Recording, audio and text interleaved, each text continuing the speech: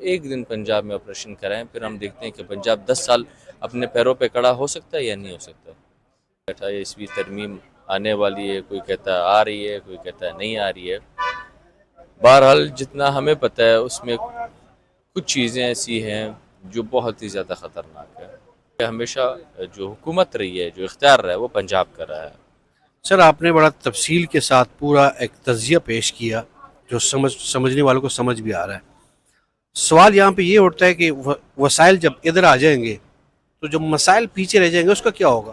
یہ بل تب آئے گا اور ان کو بھی تب پتہ چلے گا جب یہ بل ٹیبل ہوگا، پھر ہم دیکھیں گے اور حکومت بھی دیکھے گی، ٹریجری بینچز بھی دیکھیں گے کہ اس بل میں کیا ہے۔ انہیں سمجھ آ گئی کہ یہ ڈراپ کہیں اور سے آتے نہ ہیں۔ یہ سمجھ نہیں، یہ ہے کس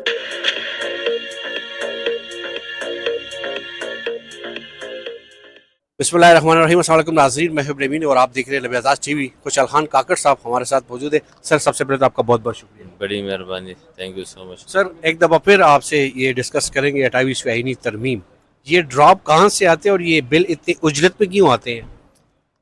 دیکھیے، یہ اس اسمبلی کا ایک ہم کیسے بدبختی ہماری رہ چکی ہے کہ یہاں پہ سارے ترامیم جو کیے جا رہے ہیں یا ہوتے آئے ہیں اسٹیبلشمنٹ کی طرف سے ہوئے۔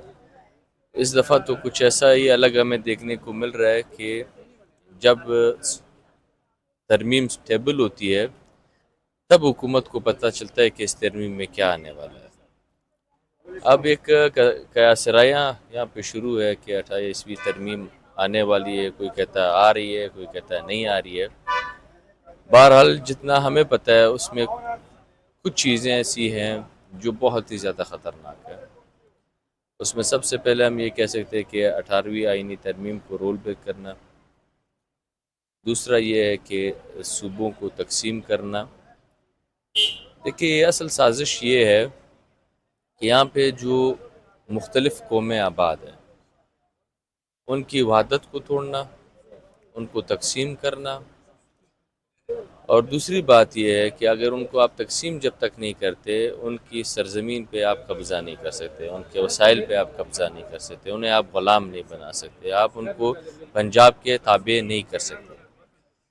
اب تقسیم کا نقصان ہم آپ کو یہ بتانا چاہتے ہیں کہ آپ نے تقسیم کیا خیبر پختونخوا یا پختونخوا وطن کو، ایک حصہ آپ نے جا کے بلوچستان کے نام سے وہاں پہ ان کو شامل کیا، اٹک میاں کو آپ نے پنجاب میں شامل کیا اور خیبر پختونخوا کو چھوڑ دیا۔ اب اس تقسیم سے جو وحدت کا ہمارا مسئلہ بنا تھا اور جس سے ہمیں واپس جوڑنے میں جتنا ٹائم لگا، جتنی محنت لگی، وہ سب کے سامنے ہے۔ اب یہ چاہتے ہیں کہ پشتونوں کو، بلوچوں کو، سندھیوں کو، سرائکیوں کو اور تقسیم کرے تاکہ پھر ان کے وسائل پہ قبضہ آسان ہو سکے۔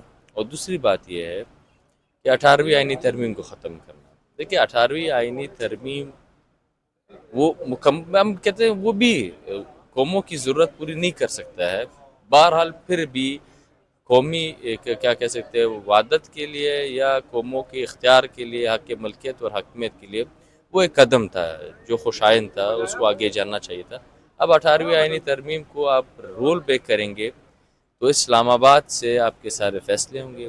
یہ اسلام آباد طے کرے گا کہ بھئی خیبر پختونخوا کے وسائل کس کے ہوں گے، سندھ کے وسائل کس کے ہوں گے، پنجاب کے وسائل کس کے ہوں گے، سرائکیوں کے وسائل کس کے ہوں گے، تو یہ بلوچوں کے وسائل کس کے ہوں گے۔ سر آپ نے اور یہاں پہ ہمیشہ جو حکومت رہی ہے، جو اختیار رہا ہے، وہ پنجاب کا رہا ہے۔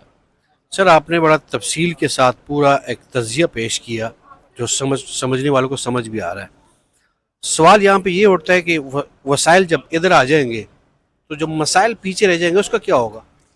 دیکھیے، یہ جو مسائل بنائے گئے ہیں یا بن رہے ہیں یا آج بھی ہیں، یہ وسائل کو قبضہ کرنے کے لیے۔ جب تک مسائل نہیں ہوں گے آپ وسائل پہ قبضہ نہیں کر سکتے، آپ کے پاس کوئی راستہ نہیں ہے کہ آپ وسائل کو قبضہ کریں گے۔ اور ہم دیکھ چکے ہیں، ہمارے سامنے یہ دہشت گردی، یہ بدامنی، یہ صورتحال جو ہے یہ صرف اور صرف ہمارے وسائل پہ قبضہ کرنے کے لیے، ہمیں غلام بنانے کے لیے۔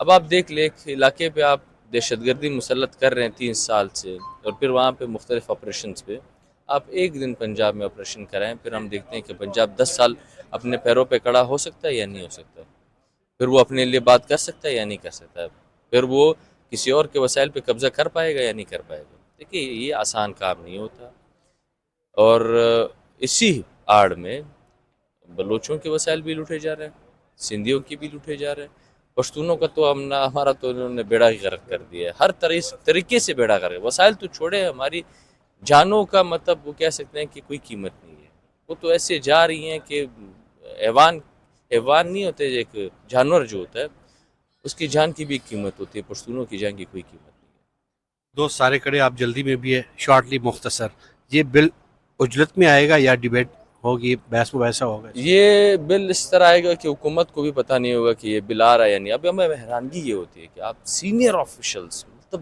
موسٹ سینئر آفیشلز جو اس وقت حکومت کے ہیں، ہم اس دن بیٹھے ہوئے تھے، ہم بات کر رہے تھے، تو انہوں نے کہا تھا کہ آپ بالکل بے فکر ہو کے ہم یہ کہہ سکتے ہیں کہ 28ویں آئینی ترمیم نہیں آ رہی، اور پھر اگلے دن رانا صاحب کہتے ہیں کہ بل آ رہا ہے اور اس میں عمر 25 سال ہے۔ تو یہ آپ دیکھ سکتے ہیں نا کہ حکومت کتنی آگاہ ہے، ان کو کتنا معلومات ہے۔ یہ بل تب آئے گا اور ان کو بھی تب پتہ چلے گا جب یہ بل ٹیبل ہوگا، پھر ہم دیکھیں گے اور حکومت بھی دیکھے گی، ٹریجری بینچز بھی دیکھیں گے کہ اس بل میں کیا ہے۔